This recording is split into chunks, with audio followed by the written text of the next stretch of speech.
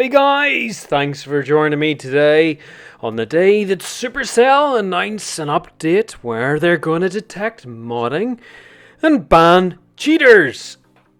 Well, just before this announcement came out, I had a chat with some people from Threestarcircus, who are a fair play clan.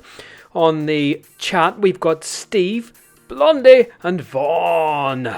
And we all talk about modding and the gameplay, updates, etc. It's worth a listen if you're interested in Clash of Clans. We explore some of the issues. There's also some very honest conversation in there about modding and what we really think of it. Have a listen if you enjoy it. Subscribe if you hate it. Don't subscribe. Anyway, guys, I'm going to leave some gameplay recaps going on in the background so you can watch those and you can listen to the conversation. On with the show. Modding was good. I'm not saying is good, was good for the game. Did it develop new strategies? I mean, let's throw it out there, guys. What do you think about the history of modding? How has modding changed the game, and what are your general thoughts on it? I'll throw it out there first to Vaughn. It's an interesting question. I think that you have to divide, first of all, you have to divide modding from botting. And if you look at the personal break, a lot of that to me was designed to be an anti-bot measure because the bots would leave you online logged into the game that would prevent you from being attacked, number one, but it would also allow you to easily generate resources, which was taking away gem income. So you had really no incentive to boost your mines or your collectors if you could bot, because then you could bot at an hourly rate that made sense, that really I think took away some of Supercell's income from botting the attacking resources to generate resources. So I think that there was an economic incentive for Supercell to install the personal break timer in order to try to limit the efficacy of botting.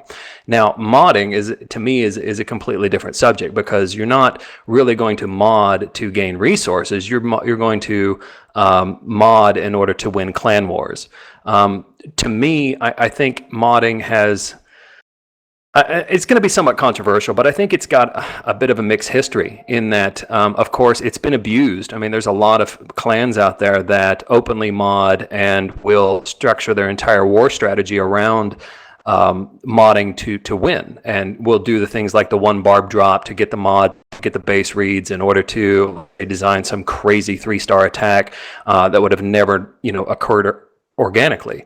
But then you have things like queen walks that came about, from ingenuity. And I can tell you in the game when I've been modded and my base has been 3-starred, you can do one of two things. You can get really pissed off and threaten to quit the game and kind of chuck a tanty, if you will, but or you can learn from it. And I think there's been a lot of attack strategies that I've learned, such as, let's say, zapping an inferno and hog attacks and queen walks that have come about by my base getting modded. So I think it shows you, modding kind of unlocks what's possible in the game, which isn't always in the focus or in the view of your normal average fair play player. Yeah, that's really interesting. So it's almost like having hundreds and hundreds of game testers, right? Yeah, I mean, there's good modders and bad modders, and I think the big losers out there are the people that are destined to cheat and try to mod and are still going to try to get that 2-star go wipe. I mean, those are the loser modders that are out there. But there are some really great clans that are, and I say great in kind of air quotes here, but great modding clans, or very good, advanced, and very skilled modding clans, I should say, that spent that 8 or 9 hours to mod hack your base over and over until they could come up with some crazy attack strategy. And those, while they really pissed me off at the time when they were 3-starring my base, I learned a lot from those base, because I think we all fall into a rut in this game about what troop combination should we be using and what's effective at the time. And sometimes me seeing some crazy mod hit on my base has really put me into my own little personal mental laboratory and forced me to think about what could I be doing differently, how can I get out of this rut, and how could I use some of the things that were used against me and use them in a fair play way on somebody else in a clan war. So I think it shakes you up out of your rut, and it shows you what's possible in the game, because I think we often too much of the time get limited to our own perceptions of what's possible in terms of troop combinations and attack sequences. Yeah, I think that's a fair point. Blondie, what do you think? I think it's a fair point also. I mean, I would definitely say, though, that it can be really frustrating because one of the things that keeps me, and I know a lot of other people that play this game, coming back to it is the social aspect of it, and just the people that you meet in your clan, and the connections that you make with them, and the Clash community in general is just a huge part of this game and what makes people want to play it, and over the long period of time that we do. So the fact that there's such a battle between the fair play community and the modding community, it creates so much drama and so much like angst in the community and breaks everything apart, that I think that part about it is really not fun. So I agree with what Vaughn is saying, that there are definite benefits to learning from clans that are using the mods to create new ways to attack the bases. But I think it would be a lot more fun if it was integrated in a different way. Like if, you know, you knew that those people were modding, and so it wasn't such a secretive, like in the closet type of thing. Yeah, Steve, do you have any thoughts on that? I've got a really interesting thing I'm going to throw at you in a second, but Steve, have you got any interesting thoughts on that? Well, I completely agree with both. Actually, I think some of the attacks that we see definitely came through modding, and yeah, all the great attacks we do now, we get taught down from them. But with what Blondie said, I completely agree, and I think it's ruined the game that way. I think the fact that the community is so divided, yeah, it's just stupid at this stage. You go on to like Jake from One Hive's page, and all he does all day is rant about modders, and then you look at all the comments, and it's just battle, battle, battle. It's just everybody hating on each other. It's just no fun that way. So my opinion is, like, I don't mind. I blame Supercell for the whole thing. They could have stopped it earlier on. They didn't.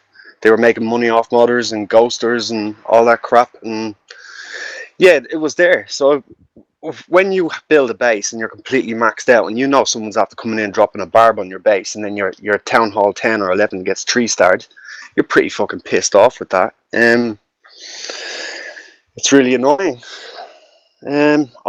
I've been in an openly modding clan, Dragonflower. I'm a fair play player, but it was just like, play how you want to play. That type of community seems like the most fun place to be honest.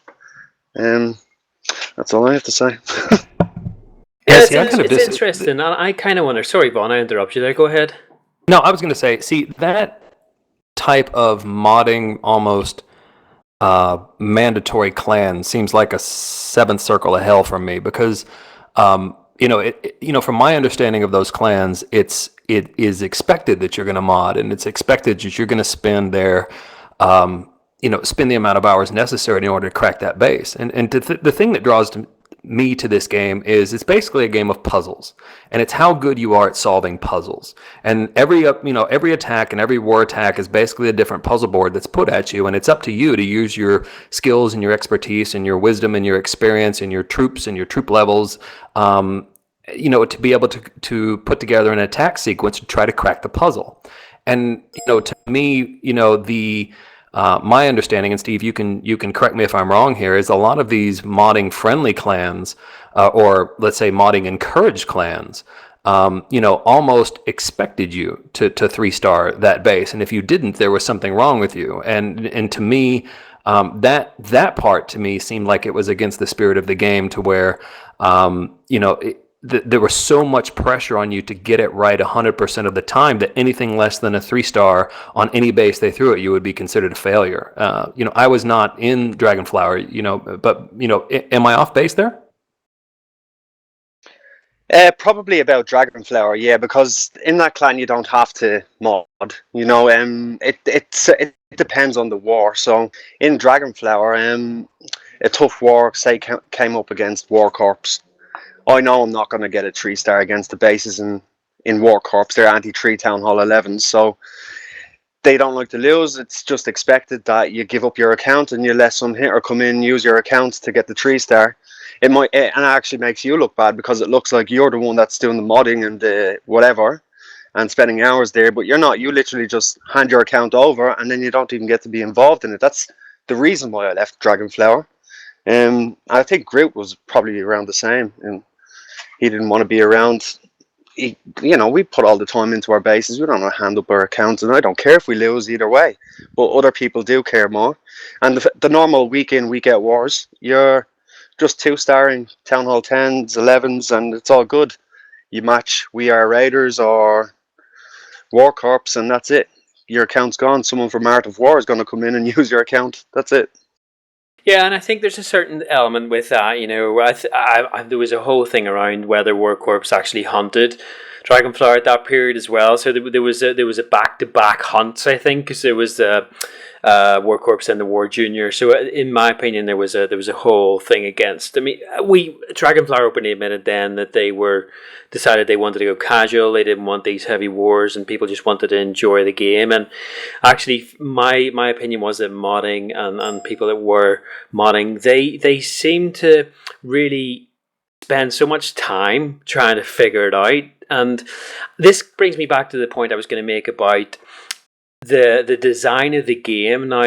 And obviously the three games that Supercell have out are Boom Beach, which is absolutely poop. I don't know, you probably agree with that. Clash Royale and Clash of Clans. And Clash Royale is very much a pick up and play game where you can pick it up, try something, try and figure it out, and keep going back and back. So it's more for your gamer. Whereas Clash of Clans doesn't have that element. In order to have that pick up and play value, there's two things you can do. You can either mod to pick up and play, or you can pay money to pick up and play, or you have to be exceptionally patient.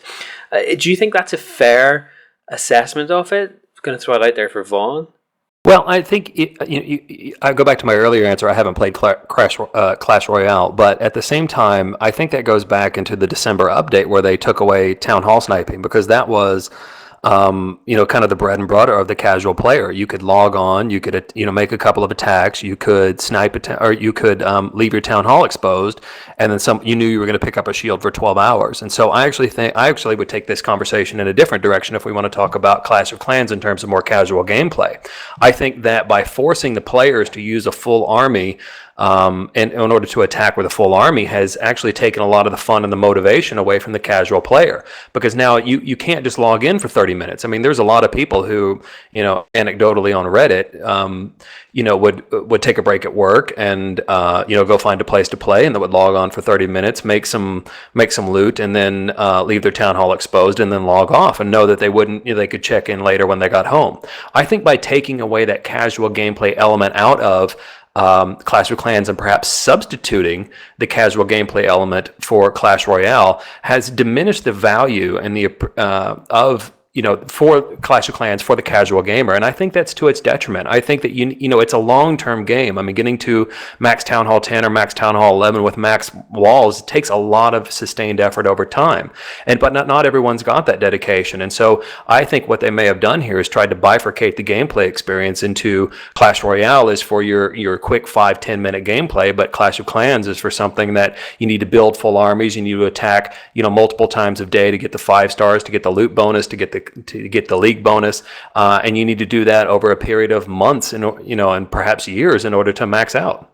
It's interesting. So Blondie and Steve and Vaughn, I'm just going to ask a quick question. Are all you guys?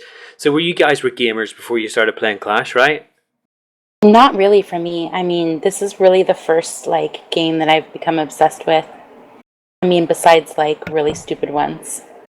But I've always loved puzzles, and that was really interesting when Vaughn mentioned that it's like puzzles, because it is, and I think that's why what attracted me to it so much is that you really, the war aspect is the most fun, because you get the time to really study a base and try to come up with a plan and an army, and be able to figure out a way to beat that. And I love that aspect of it, and I think that they really have so much room to expand that aspect of the game, especially now that Supercell's making so much money off of Clash Royale and its other games.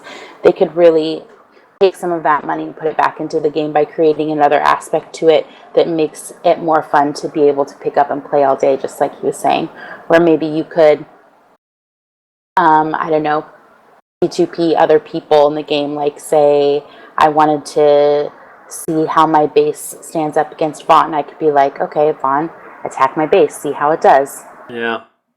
See, I just wonder at what point does the business, did whenever Supercell made the game, did they originally come in and think, right, well, this is going to be a fun game? Clearly, it's a business and they have to make money. But at what point does making money become forefront to enjoying a game or affecting the game experience? Well, for me, that's everything that's wrong with Clash of Clans right now.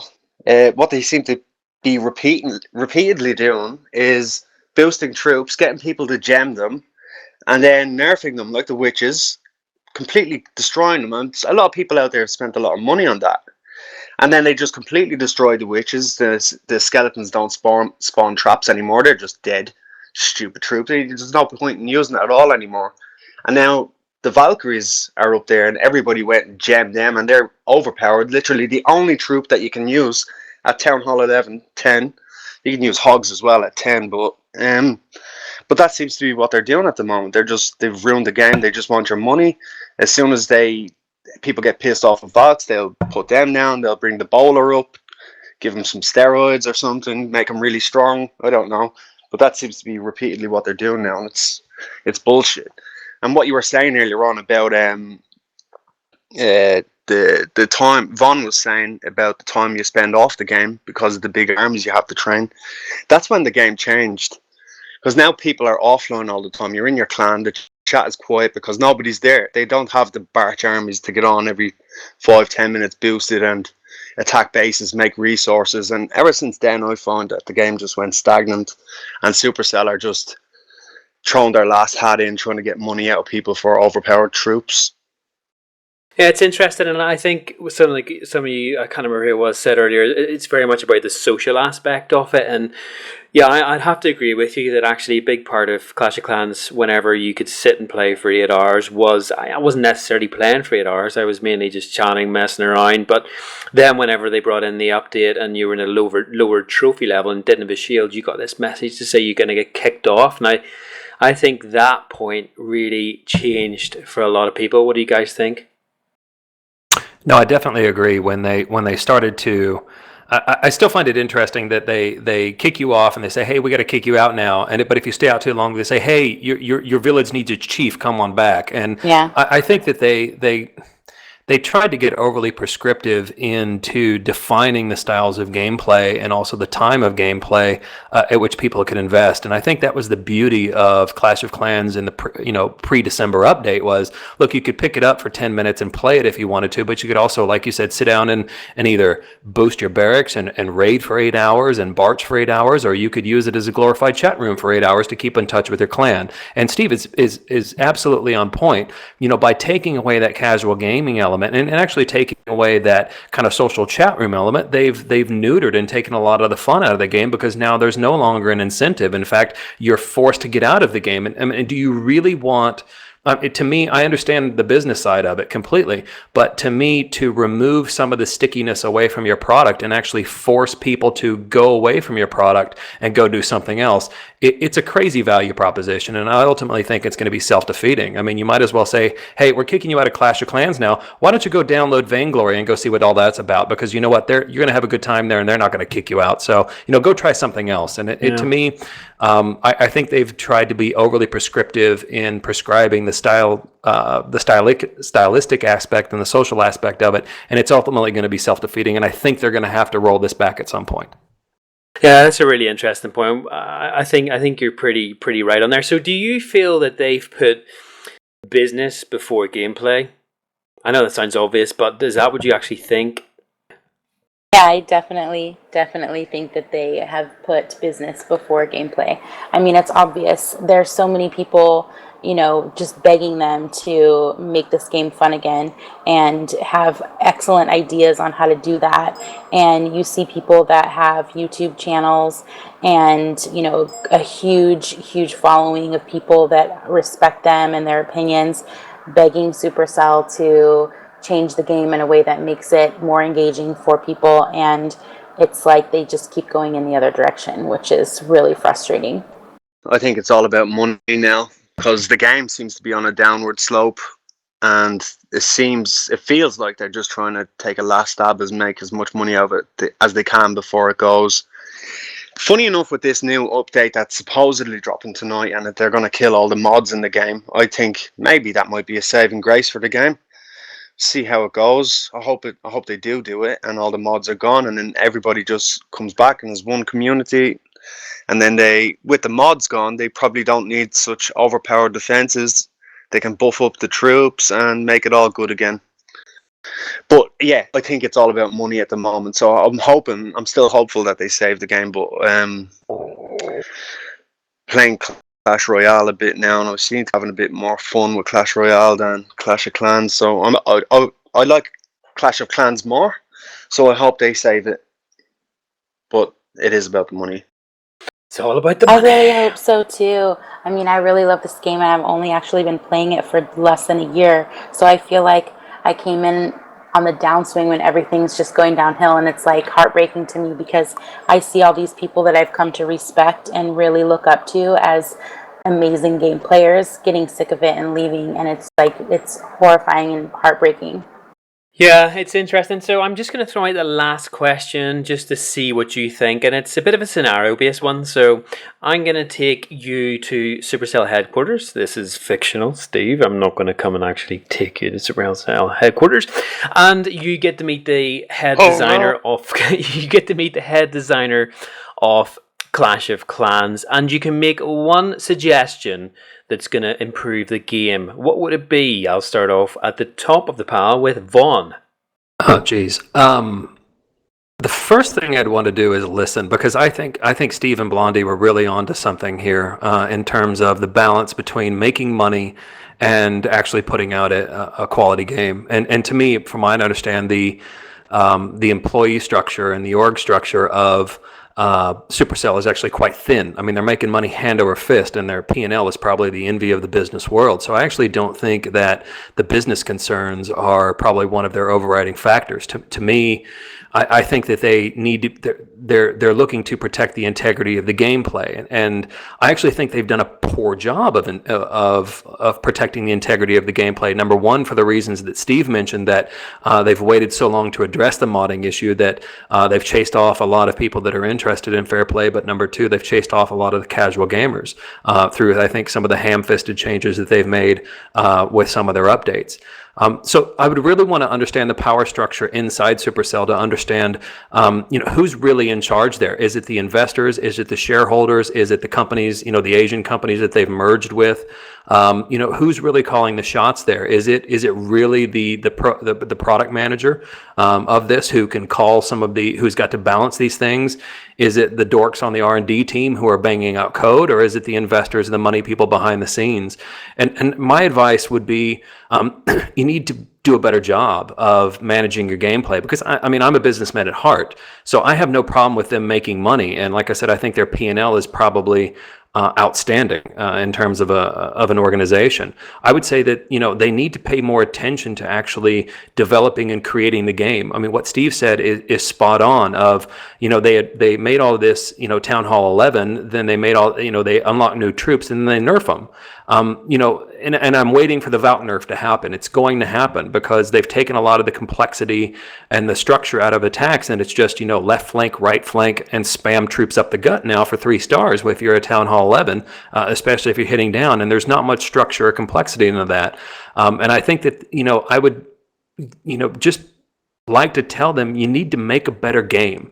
It seems like you're taking the eye off the ball. You're trying to either implement your structural concerns, or you're trying to implement your social changes to to prevent the botting in order to protect your monetization of the game.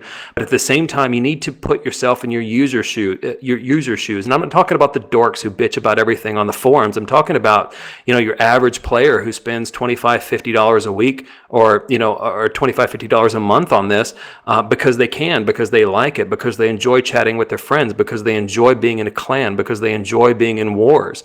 I mean, to me, that's the meat of the bell curve, so to speak, and there's where the sustainability of the game is going to come from. And I think they've lost touch with that. I think they're listening to too few voices in the community, and they're veering all over the road, and they're buffing and then they're nerfing, and that just shows to me that they don't have a strong vision, they don't have command, they don't have a strong hand on the wheel, and too often they're veering from right to left, and all too often they're ending up in the ditch. Yeah, so basically Vaughn wants to be the CEO. That's it. He wants to go up there and take over the business. I like it. Yeah, it's great. I nominate him, Vaughn, for Supreme Leader. Okay. Vaughn's going to be the new CEO. That's it. So Vaughn's about protecting the integrity of the game. I think that's a really good point. Okay, so Blondie, we go in there together, and we're just sitting down with this little guy. He's a 12-year-old game designer. What do you say to him? What is it that you say? I want you to change, or I want you to implement this to make this game better. What is it? Gosh, I can only pick one. I would say being able to choose who you're warring with would be a huge one.